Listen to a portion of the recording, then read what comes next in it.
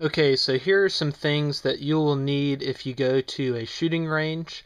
Now, the first thing, of course, is eye protection. Anytime you're dealing with firearms, you're going to want to wear some sort of eye protection. If you wear glasses, then you can obviously just wear those. You don't necessarily need some of these, but these are going to have impact resistant lenses, and also sometimes the coloration can help with things like glare. But if you're in an indoor range, that's not as big of a deal, and you can actually get clear lenses. The second thing is hearing protection. Guns are quite loud, so it'll damage your hearing if you don't wear hearing protection.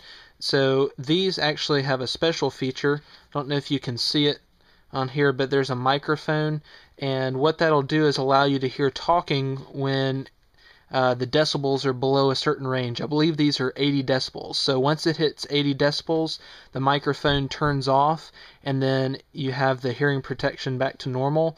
But when people are not shooting, this allows you to hear instructions from the range officer or whoever you're with. Maybe the person next to you has some questions for you. This will let you hear that. And this brand here is Caldwell.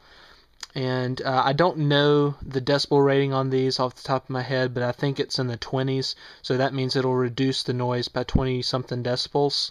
So I recommend getting a pair of these. You don't necessarily need the microphone, but you do want something with a really high decibel rating. So upper 20s, 28's good one to find, but yeah, the more decibel rating, and the higher the decibel rating, the better you're going to be.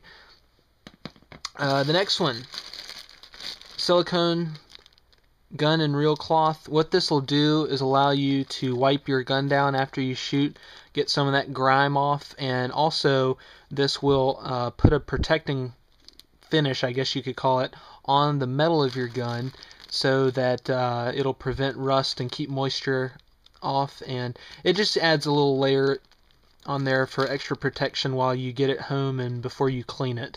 What I like to do once I clean it is I'll also wipe it down with this just for storage or going back in the case, soft case, hard case, or safe.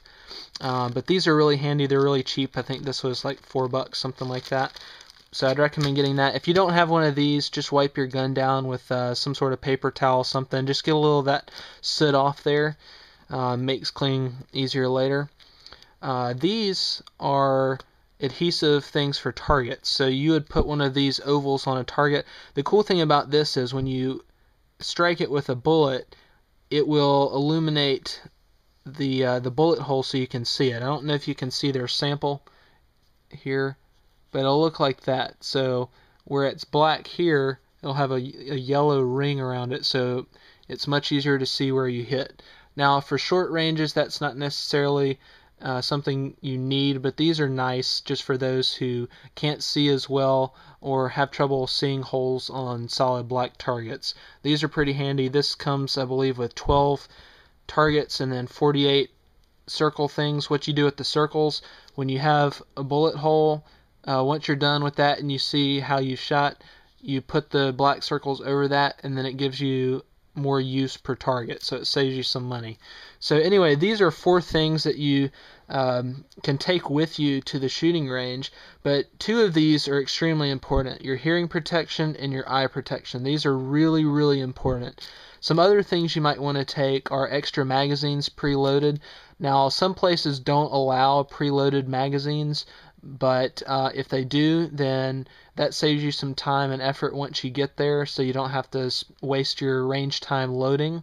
Glock has a 33 round magazine, which is perfect for the range, but if you're shooting something else, just buy a few extra magazines and load them up before you go, and it'll save you a lot of hassle.